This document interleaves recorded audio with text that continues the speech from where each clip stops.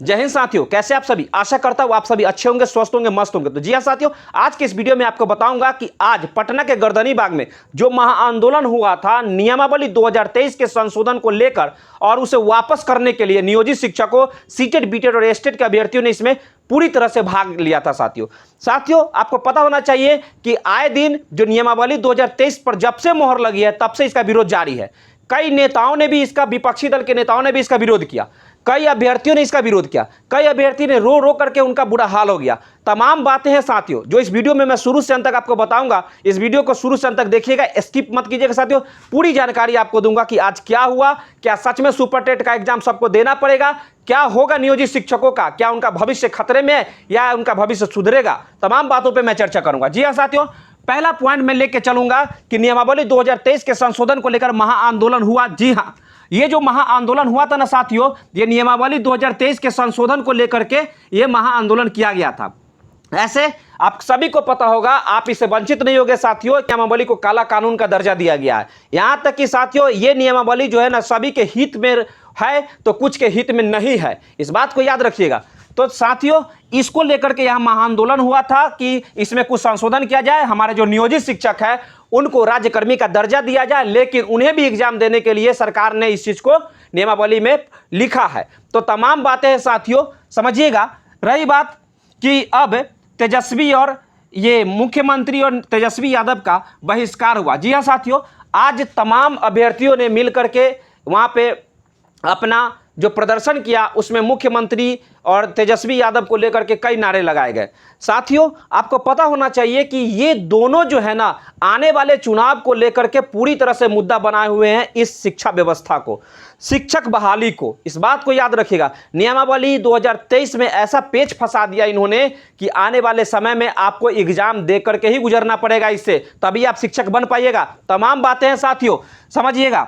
रही बात अगला कैबिनेट बैठक कब होगा, तो साथियों 18 अप्रैल को अगला कैबिनेट बैठक होने वाला है। और इसमें खास क्या होगा समझिएगा, क्या इसमें संशोधन होगा। तो साथियों आज के आंदोलन से साफ तौर पे पता चला है साथियों कि ये आंदोलन पूरी तरह से व्यापक रूप धारण नहीं कर पाया। लेकिन रही बात क्या ये संशोधन हो सकता है, तो ये 18 अप्रैल की जो कैबिनेट का बैठक होगा उसमें तमाम बातें पर चर्चा होगा। और अगले कैबिनेट बैठक में ये देखा जाएगा कि क्या नियोजित शिक्षकों के लिए कोई सुविधा प्रदान की जाएगी या उन्हें भी एग्जाम के द्वारा ही राज्यकर्मी का दर्जा प्राप्त होगा। तमाम बातें साथियों। अब रही बात कि बिहार सुपर टेट होना तय है क्या, निश्चित साथियों, निश्चित तौर पे आप एक बात जान लीजिए कि 50% ऐसे अभ्यर्थी हैं जो चाहते हैं कि एग्जाम हो, और तमाम विद्यार्थी जो नहीं चाहते कि एग्जाम हो, उनके साथ में प्रॉब्लम समझता हूं, उनकी साथ समस्या समझता हूं। उनके उम्र एक्सपायर कर रहे हैं, पारिवारिक समस्या, इकोनॉमिक स्थिति थोड़ा सा दयनीय है, तमाम बातें होगी साथियों, और पढ़ाई भी छूट गया होगा। तो मैं समझता हूं इस चीज को कि उनके साथ दुख है। पर जो नए अभ्यर्थी चाहते हैं, जो अभी पास किए हैं हाल फिलहाल में, वो सब चाहते हैं कि एग्जाम हो ताकि राज्यकर्मी का दर्जा और अच्छा वेतन और सारे सुविधाएं प्राप्त कर सके। तो तमाम बातें साथियों, तो इसमें आप लोग को भी घबराना नहीं है। जो भी सरकार इस चीज को अगर तय करती है कि एग्जाम दे करके आपको बहाली में जाना है तो आप दीजिए, घबराइए नहीं, तैयारी में लगिए, सब कुछ आपको प्राप्त होगा, घबराना नहीं है साथियों। सबको जॉब होगा, सबको शिक्षक बनिएगा, सब लोग बनिएगा, घबराना नहीं है साथियों। अब रही बात क्या सिलेबस रहेगा एग्जाम का। देखिए साथियों क्या सिलेबस रहेगा, देखिए अभी जो हाल है यूट्यूब पे आप देखते होंगे कि बराबर कई सारे टीचर्स जो है ना अपना अपना वीडियो यूट्यूब चैनल के माध्यम से बना रहे हैं, वो उनमें कई सिलेबस को लेकर के चल रहे हैं, पर अभी तक ऑथेंटिक रूप से बिहार सरकार के माध्यम से सिलेबस नहीं आया सुपर टेट का। समझ में आ रहा है, तो बिहार सुपर टेट का अभी तक शिक्षा विभाग के माध्यम से सिलेबस नहीं बना है। तो ये सिलेबस जो है ना उत्तर प्रदेश की जो सुपर टेट होती है ना उसके माध्यम से मिलता जुलता मिलेगा। तो रही बात कि जब तक वो सिलेबस देगा, और आप जानते हैं कि संशोधन इसमें शायद न के बराबर होगा, सबको एग्जाम देना तय है, तो आप भी तैयारी में थोड़ा लग जाइए और घबराना नहीं है। सिलेबस सब कुछ मिलता जुलता मिलेगा। सिलेबस पूरी तरह से सुपर टेट का, अन्य राज्यों का और यहाँ के राज्य का, बिहार राज्य का सुपर टेट एक दूसरे से सिलेबस मिलता जुलता मिलेगा। फर्क यही है कि यहाँ के सामान्य ज्ञान जो है ना वह बिहार सरकार के माध्यम से बिहार का पूछा जाएगा, जबकि उत्तर प्रदेश में सुपर टेट का यूपी की जनरल नॉलेज से पूछा जाता है साथियों। ठीक है, बाकी सब कुछ मैथ, रीजनिंग, अंग्रेजी, हिंदी, संस्कृत वगैरह सब कुछ एक ही रहेगा। क्या 2023 में 3.2 लाख शिक्षकों की बहाली होगी? जी हां साथियों, आपको पता होना चाहिए कि सरकार के इस दबाव के कारण आने वाले समय में जो इलेक्शन होगा और इलेक्शन को देखते हुए साथियों, अगर सरकार जल्द से जल्द एग्जाम नहीं लेगी, जल्द से जल्द सुपर टेट का एग्जाम नहीं लेगी, बहाली नहीं देगी, तो उनके आगामी जो चुनाव है ना खतरे में पड़ जाएगा। वे सत्ता में शायद ही आ पाएंगे। और ऐसे भी सही कभी जितने भी अभ्यर्थी है साथियों, सभी ने मिलकर स्टेट, बीटेट और सीटेट सभी अभ्यर्थी, यहां तक कि नियोजित शिक्षकों ने भी, लगभग 30 लाख ऐसे लोग हैं जिन्होंने साफ तौर पे कह दिया है कि मैं अब इस सरकार का तख्ता पलट दूंगा। तो रही बात कि तख्ता पलटने की ये चुनावी मुद्दे जब तक आएगी तब तक कैसा माहौल रहता है। अगर सरकार इस दरमियान अगर बहाली 2023 में नहीं लेती है तो शायद सरकार को उखाड़ फेंकेगी सारे अभ्यर्थी और नियोजित शिक्षक मिलकर के। इस बात को तय रखिएगा साथियों। निश्चित तौर पर अगर बहाली में कोई भी संचय हुआ इतना में और सबकी बहाली नहीं तो बहुत बुरा हो सकता है आगे का समय। रही बात कि सीटेट, बीटेट, स्टेट और नियोजित शिक्षक सभी एग्जाम देंगे, जी हाँ, निश्चित तौर पर सभी को आपको याद रखेंगे। नियोजित शिक्षक भी, यानी टोटल जो पहले से पास है और नियोजित शिक्षक जो पहले से बहाल है, उन्हें भी राज्यकर्मी का दर्जा लेने के लिए साथियों एग्जाम देना पड़ेगा। इसमें कोई दो मर्चे वाली बात नहीं है।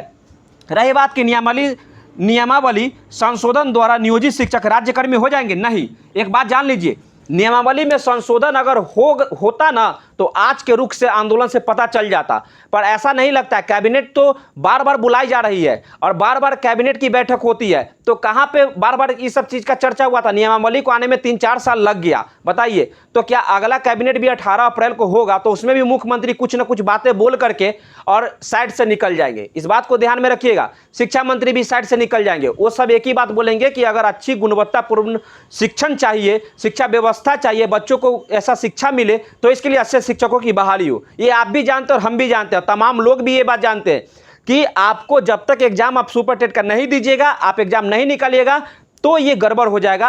आप राज्यकर्मी का दर्जा नहीं प्राप्त करिएगा नियोजित शिक्षकों के लिए। रही बात कि सीटेट, बीटेट, स्टेट वाले जब वो ये सुपर टेट का एग्जाम पास करेंगे तभी वे शिक्षक भी बन पाएंगे राज्यकर्मी के तौर पर। तमाम बातें साथियों, सारी सुविधाएं मिलेगी उसके बाद। तो आप घबराइए नहीं, एग्जाम देना है, बस स्वीकार कीजिए इस चीज को। जो भी हो, जो हुआ सो हुआ, बस आगे दौर में जल्द से जल्द बहाली ले सरकार। बस इतना कहना है कि अगर एग्जाम ले तो जल्द से जल्द, ठीक है, और जल्द से जल्द रिजल्ट दे और पूरी कड़ाई के साथ एग्जाम ले। किसी भी प्रकार के कोई बार्गेनिंग नहीं होना चाहिए, कोई भी सेटिंग से नहीं जाना चाहिए। सारा एकदम सेंटर पे तैनात रहे, सारा व्यवस्था, फोर्स और सब कुछ व्यवस्था रहे और पूरा सख्त एग्जाम ले।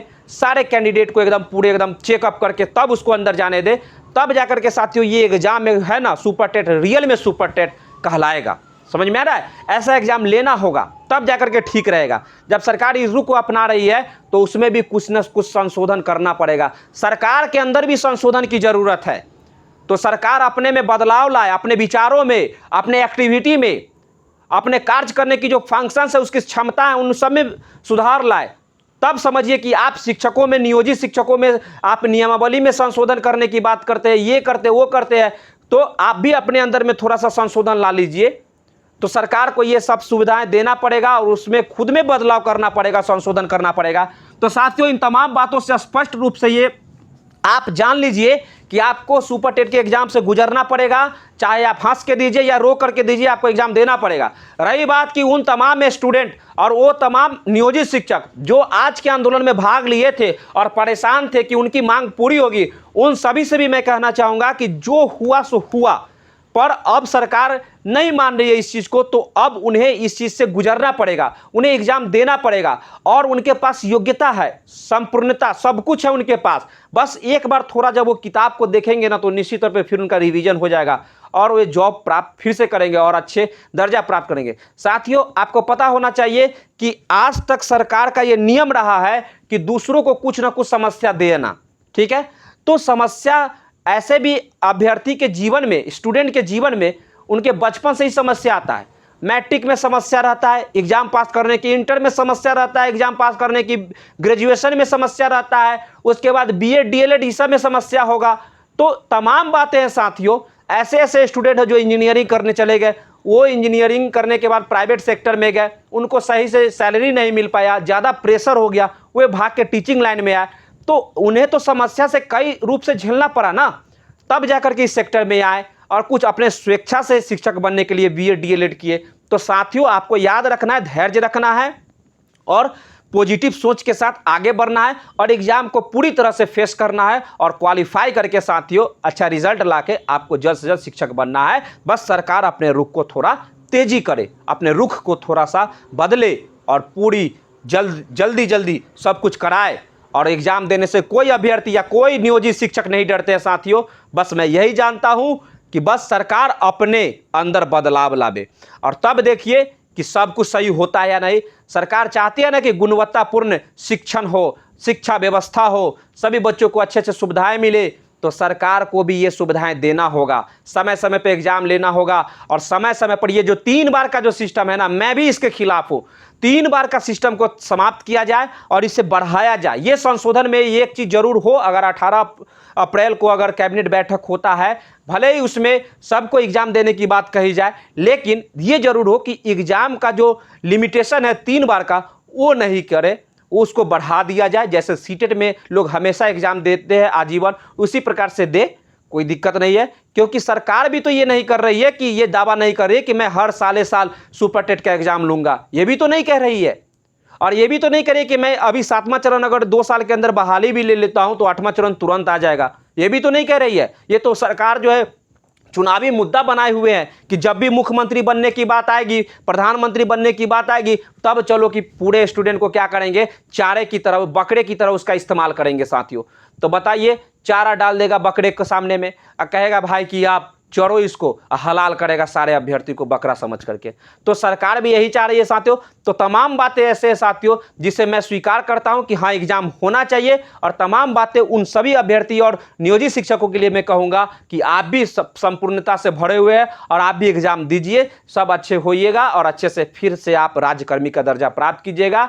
बस साथियों, आज की इस वीडियो में इतना ही कहना चाहूँगा। बस इतना याद रखिए, तैयारी में एकदम लग जाइए। ये नहीं कहिएगा कि सर ये है वो है, कोई बात नहीं, कोई बहाना नहीं। अब कुछ भी होगा, एग्ज़ाम जरूर होगा, इस बात को याद रखिएगा। बस एग्ज़ाम दीजिए और अच्छे से शिक्षक बनिए, लेकिन सरकार भी ठान ले कि 2023 में सबको शिक्षक बना देंगे। ठीक है साथियों, बस इस वीडियो को साथियों आप शुरू से अंत तक देखें, इसके लिए बहुत बहुत धन्यवाद। आप इस वीडियो को पूरी तरह से अपने दोस्तों तक शेयर कर दीजिए। अगर आप हमारे चैनल पे साथियों नए व्यूअर हैं तो आप चैनल को सब्सक्राइब कर लीजिए, ताकि समय समय पर मैं आपको शिक्षा से संबंधित तमाम खबरें, शिक्षा विभाग से संबंधित पूरी बातें मैं आपको बताते रहूंगा साथियों। और याद रखिए, आपको हमेशा पॉजिटिव एनर्जी देते रहूंगा और आप सफलता को प्राप्त जल्द से जल्द करें, ऐसा मैं कामना करूंगा। तो साथियों, मिलता हूं कल के नेक्स्ट वीडियो में। जय हिंद।